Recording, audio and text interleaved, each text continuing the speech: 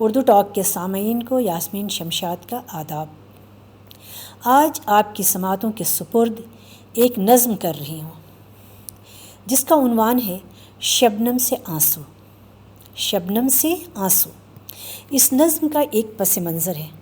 جب ہند کی سڑکوں پر مزدور اہل و عیال کے ساتھ اپنے آبائی وطن لوٹ رہے تھے، اس منظر نے یقیناً ہر صاحب دل کے دل کو ایک بار تو ضرور جھنجھوڑ دیا ہوگا۔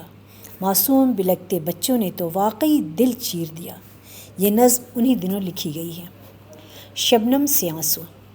بچوں کی آنکھوں میں شبنم سے آنسو، یہ دل کو ڈرا دینے والی کہانی، یہ پریوں کے دیسوں کی باتیں نہیں ہیں، یہ اپنی ہی دنیا کی بدرنگ کہانی۔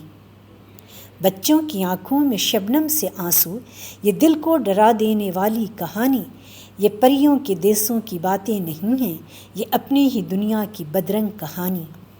ان آنکھوں میں بسنے تھے ایک خواب دلکش، ان آنکھوں میں بسنے تھے ایک خواب دلکش، انہیں چاہیے تھی ایک رنگی کہانی۔ عجیب حال ہے وقت ان کے ہاتھوں، تھما کر گیا ایک غمگین کہانی۔ یہ معصوم کلیاں یہ خوش رنگ مکھڑے، یہ معصوم کلیاں یہ خوش رنگ مکھڑے، یہ کیا جانتے تھے کہ یہ حال ہوگا۔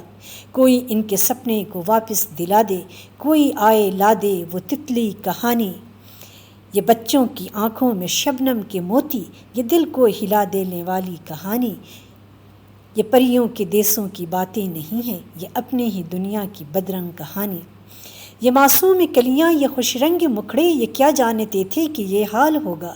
کوئی ان کے سپنے کو واپس دلا دے، کوئی آئے لا دے وہ تتلی کہانی۔